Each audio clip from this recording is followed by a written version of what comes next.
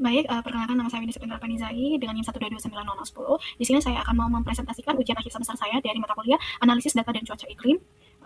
Dimulai dari nomor pertama, yaitu analisis spasial atau analisis spasial, prinsipal komponen analisis atau disingkat dengan PCA.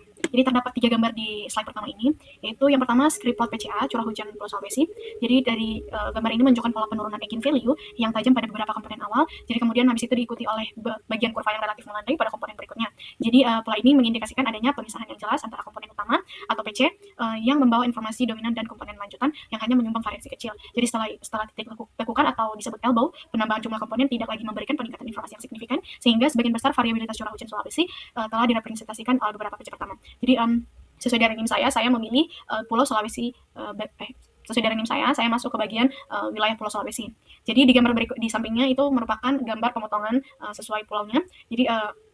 Jadi dari hasil itu terdapat pola spasial di PC1 yang memperlihatkan kontribusi yang relatif luas dan koheren dan menunjukkan bahwa PC1 merepresentasikan multivariabilitas curah hujan berskala regional yang kemungkinan besar terkait dengan sistem sirkulasi atmosfer dominan di Indonesia di bagian timur seperti monsun dan interaksi laut atmosfer regional. Jadi nilai loading yang relatif seragam mengindikasikan bahwa perubahan pada PC1 berasosiasi dengan penguatan atau pelemahan curah hujan secara menyeluruh di Pulau Sulawesi. Nah, komponen berikutnya seperti PC2 dan PC3 itu menunjukkan pola spasial yang lebih kontras antar wilayah. Misalnya perbedaan respon antara bagian utara dan selatan atau juga wilayah pesisir dan juga wilayah pedalaman atau bagian daratan. Jadi pola ini mencerminkan pengaruh faktor regional dan lokal. Berikutnya yaitu gambar deret waktu PC1 curah hujan pada Pulau Sulawesi yang menunjukkan dari tahun 1981 sampai 2020. Lanjut berikutnya nomor 2 yaitu analisis korelasi antar PCA dengan indeks iklim global. Jadi di bagian itu ada deret waktu PC1. Jadi beberapa gambar nanti ada 3 slide saya mau membandingkan PC1, PC2 dan PC3 tiap masing-masing dari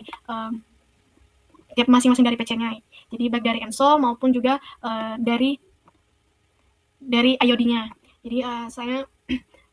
Jadi di bagian pertama gambar itu, grafik deret waktu menunjukkan perbedaan skala amplitude yang sangat kontras antara skor PC1 dan curah hujan wilayah dan juga indeks EXO. Di sini saya memilih NINO 3.4 dengan skor PC1 menunjukkan fluktuasi yang besar dengan rentang nilai yang lebar dan mencerminkan variabilitas curah hujan regional yang kuat pada waktu ke waktu. Sebaliknya dengan indeks NINO 3.4 berfluktuasi dalam rentang yang relatif sempit di sekitar nilai 0. Sehingga tampak lebih datar apabila diplot pada sumbu yang sama. Dilanjut dengan hubungan PC1 dan ENSO, yaitu scatter plot ini menunjukkan sebaran titik yang luas tanpa pola linear yang jelas. Nilai PC1 tersebar hampir merata pada seluruh rentang nilai NINO 3.4, baik pada fase El Nino positif maupun La Nina negatif. Dilanjut dengan gambar grafik deret waktu PC1 dan indeks DMI atau dipole mode index menunjukkan bahwa fluktuasi skor PC1 jauh lebih besar dibandingkan variasi DMI atau IOD. Nilai DMI ini cenderung berosilasi di sekitar 0 dengan amplitudo relatif kecil, sedangkan PC1 menunjukkan fluktuasi kuat yang tidak selalu bertepatan pada puncak positif maupun negatif DMI. Dilanjut dengan scatter plot antara plot PC1 dan indeks DMI menunjukkan penyebaran titik yang relatif acak tanpa kecenderungan pola linear yang jelas. Jadi nilai PC1 tetap menunjukkan variasi besar pada hampir seluruh rentang nilai DMI. Pola ini mengindikasikan bahwa korelasi antara PC1, curah hujan Sulawesi, dan DMI tergolong lemah, dan dengan demikian variasi dominan curah hujan yang tertangkap oleh PC1 tidak secara langsung dikendalikan oleh fase positif maupun negatif IOD, melainkan oleh kombinasi proses iklim regional dan global lainnya. Dilanjut dengan slide kedua, yaitu dari PC2. Terdapat gambar deret waktu PC2 yang PC2 menunjukkan fluktuasi yang lebih kecil dibandingkan PC1 dan mencerminkan variabilitas sekunder curah hujan. Di bagian scatter plot menunjukkan penyebaran titik luas tanpa kecenderungan linear yang jelas, dengan nilai PC2 tersebar merata pada seluruh rentang ENSO dan mengindikasikan bahwa hubungan PC2 dengan ENSO relatif lemah. Gambar deret waktu PC2 dengan DMI menunjukkan bahwa fluktuasi PC2 tidak secara konsisten mengikuti variasi DMI. Perubahan ekstrim PC2 sering terjadi pada saat DMI berada dekat di nilai 0. Jadi hal ini mengindikasikan mode kedua curah hujan Sulawesi tidak secara kuat dikendalikan oleh IOD. Dilanjut dengan scatter plot PC2 terhadap DMI yang menunjukkan pola sebaran acak tanpa kecenderungan tertentu. Jadi nilai PC2 tetap menunjukkan variasi baik pada fase DMI positif maupun negatif. Jadi pola ini menegaskan bahwa korelasi antara PC2 dan DMI tergolong lemah. Dilanjut dengan PC3. Jadi terdapat terdapat deret waktu PC3 dan juga scatter PC3 terhadap ENSO. Jadi gambar ini menunjukkan fluktuasi dengan amplitudo yang relatif lebih kecil dibandingkan PC1 dan PC2 dan mengindikasikan bahwa PC3 merepresentasikan mode variabilitas curah hujan yang bersifat lebih lokal dan berkontribusi lebih kecil terhadap total variance data. Nah, dilanjut dengan PC3 terhadap IOD.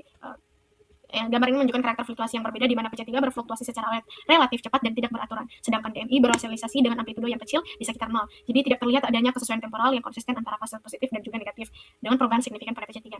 Jadi gambar scatternya juga menunjukkan penyebaran titik yang luas tidak membentuk pola tertentu. Jadi variasi nilai PC3 tetap terjadi pada hampir seluruh rentang nilai DMI. Pola ini mengindikasikan bahwa hubungan antara PC3 dan IOD bersifat sangat lemah. Dan jika disimpulkan bahwa PC1 lah yang lebih gede atau lebih besar dibanding dengan PC2 dan PC3. Masuk di bagian clustering.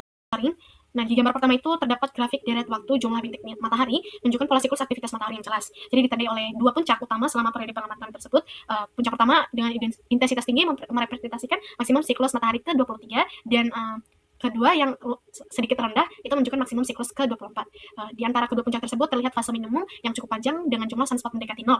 Jadi pola ini menegaskan karakter siklus matahari sekitar 11 tahunan dengan amplitudo yang bervariasi antar siklus. Jadi di gambar keduanya atau di gambar bawahnya itu terdapat time series atau deret waktu indeks DSP.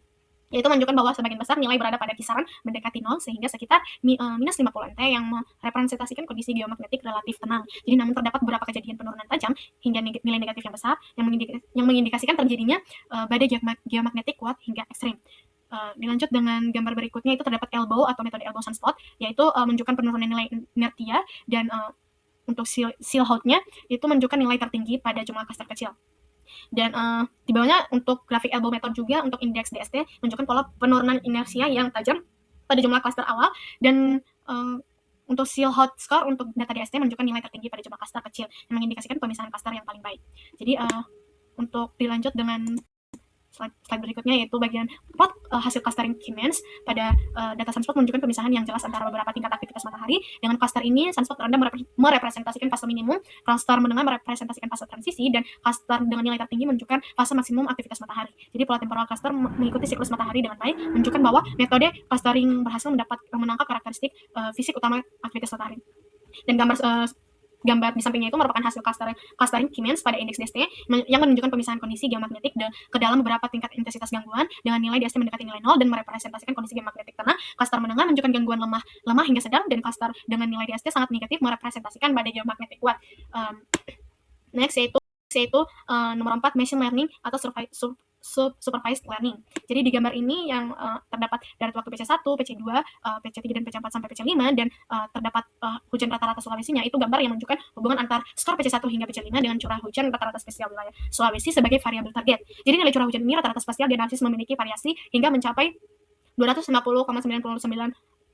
mm yang kemudian digunakan sebagai dasar penentuan ambang hujan ekstrim. Dan sebagian besar titik ini menunjukkan bahwa tidak terdapat satu komponen utama yang mendominasi secara tunggal, melainkan kombinasi PC1 sampai PC5 secara bersama-sama. Dan terdapat gambar di sebelahnya random forest regression PC1 sampai PC5 itu menampilkan distribusi hujan rata-rata spasial beserta garis ambang hujan ekstrim yang ditentukan menggunakan persentil ke 80% nilai ambang hujan ke 80 nilai ambang hujan ekstrim yang diperoleh adalah sebesar 250,99 mm. Yang artinya sekitar 20% kejadian curah hujan tertinggi berada di atas nilai ini dan dikategorikan sebagai hujan ekstrim. Gambar berikutnya itu aktual vs prediksi, yaitu memperlihatkan perbandingan antara curah hujan aktual dan hasil prediksi model random forest, yaitu model yang digunakan adalah model random forest regressor dengan 300 estimator dan random state sebaran sebesar 42. Jadi hasil evaluasi kuantitatif menunjukkan bahwa model memiliki kinerja yang sangat tinggi dengan nilai RMS pada data lebih sebesar 1,56 mm, sedangkan RMS pada data uji sebesar 3,12 mm yang menunjukkan tingkat kesalahan prediksi yang relatif kecil. Selain itu, nilai koefisien determinasi sebesar 0,9995 pada data latih dan 0,9981 pada data uji mengindikasikan bahwa lebih dari 99% variasi curah hujan rata-rata spasial dapat dijelaskan oleh model. Jadi kedekatan antara kurva prediksi dan data aktual pada grafik menunjukkan bahwa model mampu mengikuti pola utama fluktuasi curah hujan. Jadi kesimpulan itu, analisis PCA terhadap hujan wilayah Sulawesi menunjukkan bahwa sebagian besar variabilitas data dapat direpresentasikan oleh komponen utama pertama, dan script plot memperlihatkan adanya titik tekukan elbow yang jelas dan menandakan bahwa penambahan komponen setelah PCA awal hanya memberikan kontribusi varians yang kecil. Dan clustering pada indeks DST mampu memisahkan kondisi geomagnetik menjadi kategori tenang, gangguan lemah sampai sedang, dan juga badai geomagnetik.